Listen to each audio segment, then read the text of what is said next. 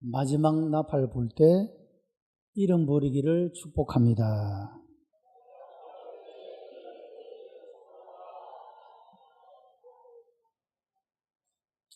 오늘 말씀의 제목이 마지막 나팔입니다. 이 세상에는 많은 소리가 있죠. 그리고 그 모든 소리들은 의미와 뜻을 담고 있습니다. 특별히 어린 아이를 기르는 어머니는 이 아이가 울 때 배가 고파 우는지 배가 아파 우는지 그 음성을 들어도 압니다. 그렇죠? 이 세상에 있는 모든 소리들은 다 나름대로의 의미를 가지고 뜻을 가지고 그런 소리를 내게 되고, 그 소리를 듣는 사람들은 그 소리를 들음으로써 말하지 않아도 그 뜻과 의미를 깨닫게 된다라고 하는 것입니다. 그리고 사람들은 각각 자기가 가지고 있는 경험에 따라서 그 소리를 들으며 해석하는 것도 반응하는 것도 달라지게 되는 것을 봅니다. 아마도 제대로 건방한 사람은 기상나팔 소리만 울려도 깜짝 놀랄지 모릅니다. 왜냐하면 그 시간에 늦게 일어났다가는 혼쭐이 나기 때문에, 그런 자기의 경험이 있기 때문에 그 기상나팔에는 게으르게 평소에 반응하지 않는 사람도 그 소리에만은 아주 재빠른 반응을 보이게 되는, 이것은 자기의 그런 경험 때문에, 경험에 의해서 그 소리에 그런 반응을 보이게 된다라고 말할 수가 있을 것입니다. 여러분, 오늘 본문에 나타나는 이 하나님의 역사는 크게 세 부분으로 하나님의 심판의 역사가 진행이 되는데, 첫째는 7 임봉이 나타나고, 두 번째는 7 나팔이 나타나고, 세 번째는 7 대접이 나타나고 있습니다. 이제 오늘 본문의 말씀은 7 나팔 중에 마지막 나팔이 울려지는 그 본문의 말씀을 기록하고 있습니다. 여러분, 이 나팔은 믿는 사람들에게는 기쁜 소식이요, 즐거운 소식이요, 기다려지는 소식이지만 믿지 않는 자들에게는 그 날이 두려움의 날이요, 심판의 날이요, 재앙의 날이요, 멸망의 날이 되어진다라고 하는 것입니다. 내가 나의 삶을 어떻게 살아가고 있느냐에 따라서 이 소리를 듣는 반응이 각각 다르게 나타나게 되고, 그 소리를 듣는 그 마음들도 각각 다르게 나타나게 되어진다라고 하는 것입니다. 여러분, 주께서 마지막 나팔과 함께 이 땅에 다시 오시는 그날에 여러분들은 그 소리를 들을 때 다 들림받는 여러분들이 되시기를 축복합니다. 그때 나팔 소리와 함께 우리의 이름을 부르면서 올라오라, 하늘의 문을 여시고 구원받는 모든 자들을 모으시고, 그들이 천하 만민 중에서 하나님의 택함을 받은 자들이 모여 하나님의 보좌를 향하여 경배와 찬양과 영광을 올려드리는, 여러분, 최종적인 그 영광의 예배의 날짜를 바라보며 오늘 우리가 드리는 예배가 그 날에 드려질 예배를 연습하고, 그날의 감격과 하나님께서 주시는 놀라운 은혜를 기억하면서 오늘 우리가 이곳에서 하나님을 예배하게 되는 것입니다. 이 나팔 소리는 모든 흩어진 하나님의 백성들을 하나님의 집으로 돌아오라 라고 하는 홈커밍 데이를 알리는 그런 나팔 소리다라고 할 수가 있습니다. 이제 이번 주간에 우리가 추석 명절을 맞게 됩니다마는, 추석이든 설이든 이런 명절이 되면 그 이동하는 인구가 엄청나게 많지 않습니까? 정확한 숫자를 알 수 없지만 최소한 2천만 명 이상이 이동을 하고 많게는 3천만 명이 이동을 하는 대이동, 난리가 나서 이동하면 얼마나 그 이동이 끔찍하겠습니까? 그런데 떨어져 있던 부모를, 형제와 자매를 혹은 친척을 기쁘게 만나는 그런 이동이기 때문에 긴 시간 고생을 해야 함에도 불구하고 기꺼이 그렇게 달려나가는 그런 모습을 보게 됩니다. 명절이라는 이 기간이 모든 형제와 가족과 친척들을 모으게 하는, 신혼을 보내지 않고 나팔은 불지 않았지만 모든 사람들이 함께 모이는 그런 날이 되는 것처럼 말이죠. 주께서 마지막 나팔을 불 그때는 우리 모든 성도들에게 어떤 의미를 주고 있느냐 하면, 이제 이 땅에서 눈물 흘리고 고생하고 힘들었으니 이제 하나님이 다스리시는 그 나라에 들어오라 라고 하나님의 나라로 불러주시는 그런 나팔이 바로 마지막 나팔이라고 하는 것입니다. 여러분, 그래서 이 나팔 소리를 듣는 자는 복된 것입니다. 이 나팔 소리와 함께 우리의 이름을 불러 초청을 받는 자는 복된 자가 되는 것입니다. 이 날은 믿지 않는 자들에게는 심판의 날이요, 믿는 자들에게는 놀라운 구원의 날이요, 하나님 나라가 완성되는 그런 날이 되어진다라고 하는 것입니다. 여러분, 역사 속에서 하나님의 심판은 개개인의 삶을 통하여, 하나의 공동체를 통하여 하나님의 심판은 계속해서 진행되고 있습니다. 그리고 역사의 끝을 향하여 갈수록 이 세상은 더욱더 혼돈하고 더 어둡고 더 패역한 그런 세대가 되어질 것입니다. 창세기 6장의 말씀을 보면 노아 시대에 하나님께서 그 모든 사람들을 심판하시는 사건이 나옵니다. 어떤 때 그 시대의 사람들이 심판을 받았는가? 죄악이 관영하였더라. 죄악이 충만해서 더 들어갈 자리도 없을 만큼 온 세상이 부패하고 타락하고 죄가 충만했으므로 하나님께서 그 땅을 멸하시기로 작정하시고 홍수를 통하여 그 시대의 사람들을 멸절시킨 사건이 나옵니다. 그러나 그 가운데서도 하나님의 말씀을 듣고 순종한 노아와 그의 가족들, 그리고 방주에 들어간 모든 기식하는 생물들은 다 구원을 받게 된 그런 모습을 보게 되는 것입니다. 여러분, 오늘날 우리가 예수 그리스도 안에, 주님의 몸된 이 교회 안에 있다는 것은 구원의 방주에 들어가 있는 것이고, 그것은 이 땅에서 하나님의 심판이 계속되고 최후의 심판이 나타나는 그때에도 우리가 보호받는 사람이 되고 있다는 사실을 말씀하고 있는 것입니다. 여러분, 그래서 주 안에서 살아가는 자도 복되고 주 안에서 죽는 자도 복되다고 성경은 말씀하고 있는 것입니다. 이 마지막 나팔은 세 가지 의미를 담고 있습니다. 첫째는 하나님 나라의 실현을 위한 나팔이라고 하는 것입니다. 여러분, 우리 성도들이 드리는 주님이 가르쳐 주신 기도, 이 주 기도문 속에는 Thy kingdom come, 아버지의 나라가, 당신의 나라가 임하게 하옵시고 라는 그런 기도의 내용이 담겨져 있습니다. 여러분, 하나님의 나라는 가장 중요한 개념이 하나님이 다스리는 나라입니다. 한 나라도 누가 다스리냐에 따라서 국민들의 행복의 지수가 달라집니다. 삶의 형편들이 다르게 나타나는 것입니다. 여러분, 불완전하고 부족한 사람이 아무리 정치를 잘한다 할지라도 불완전함과 부족함이 나타나기 마련입니다.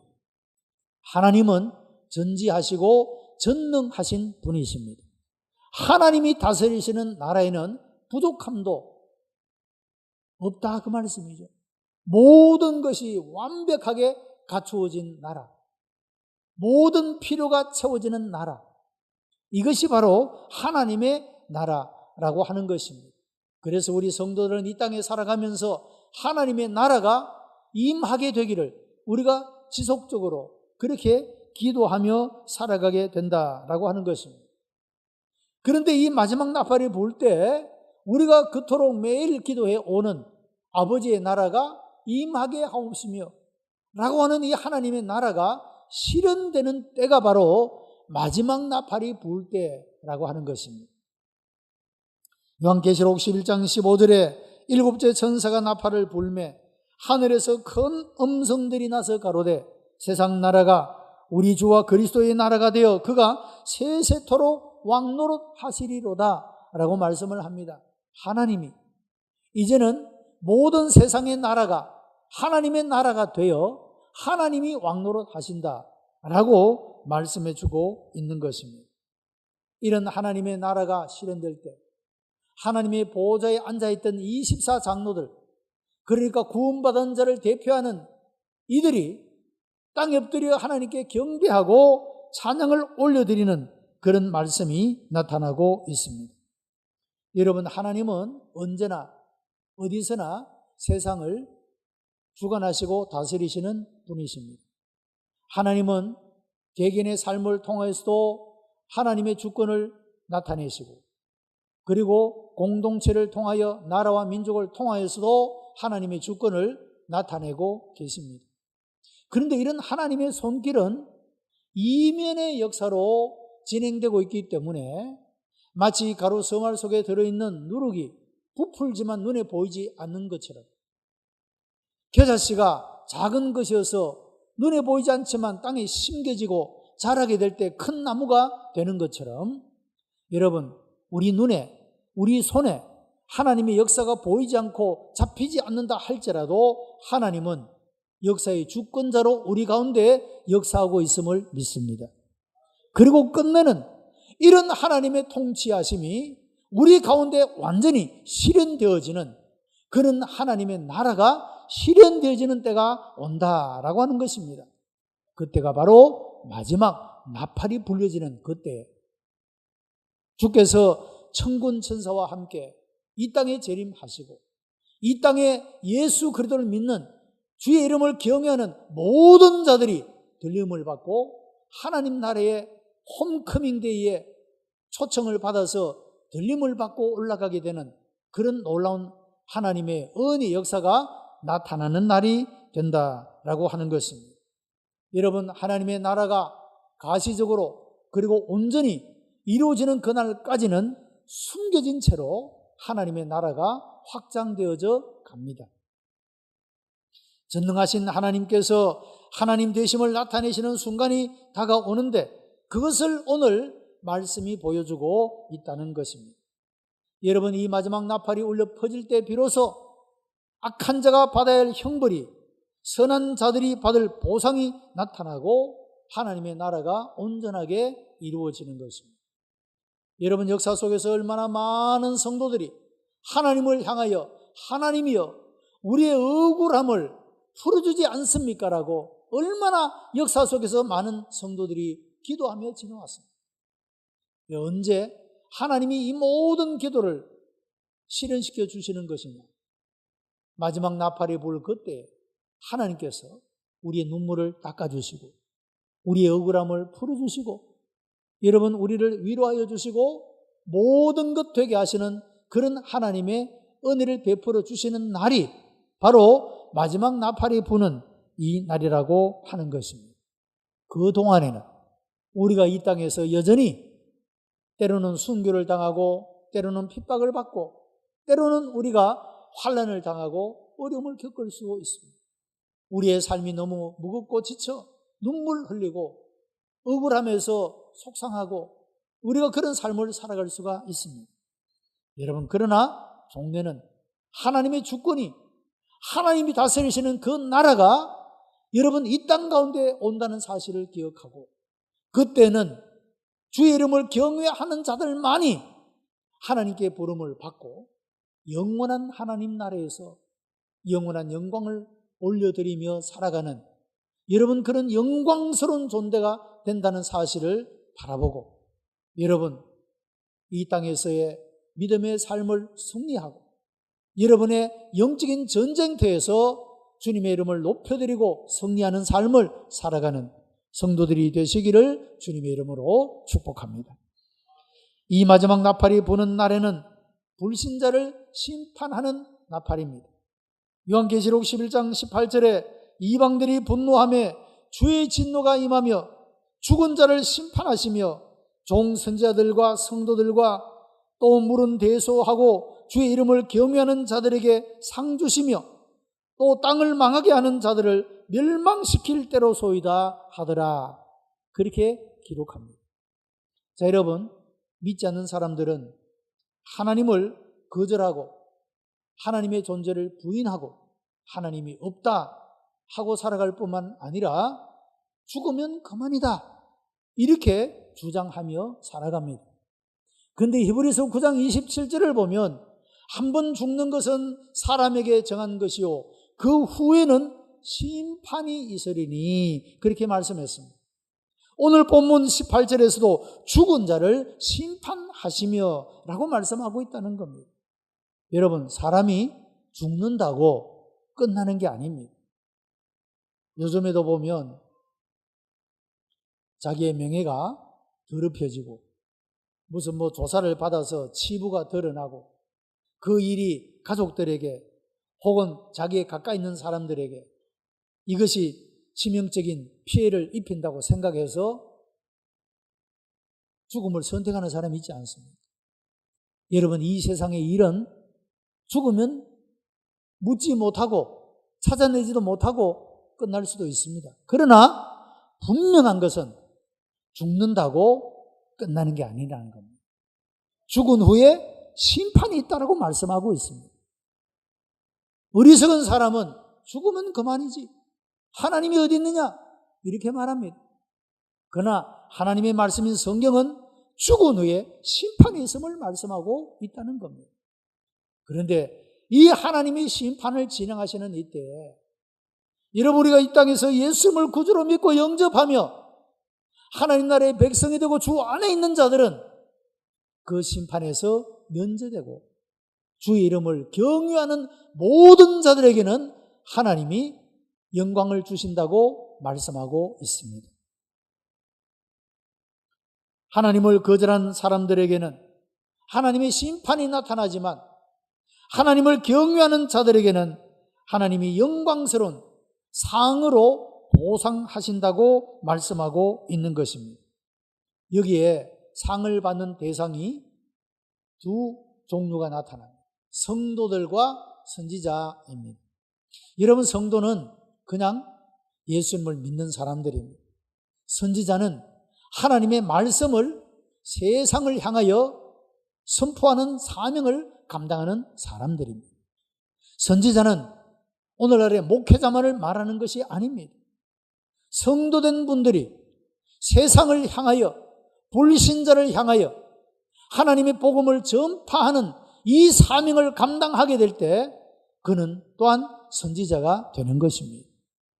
성도들에게는 성도의 은혜가 있고 선지자에게는 선지자의 상급이 있다라고 성경은 말씀하고 있습니다. 여러분들이 성도로서 받는, 바르게 표현하면 기본적인 하나님의 은혜를 받는 것을 넘어서서 하나님의 기뻐하시고 원하시는 신실한 선지자의 사명을 감당함으로 선지자에게 주시는 여러분 이런 상급을 받을 수 있는 여러분들이 되시기를 바랍니다. 많은 가족과 친척들이 모이지 않겠습니까?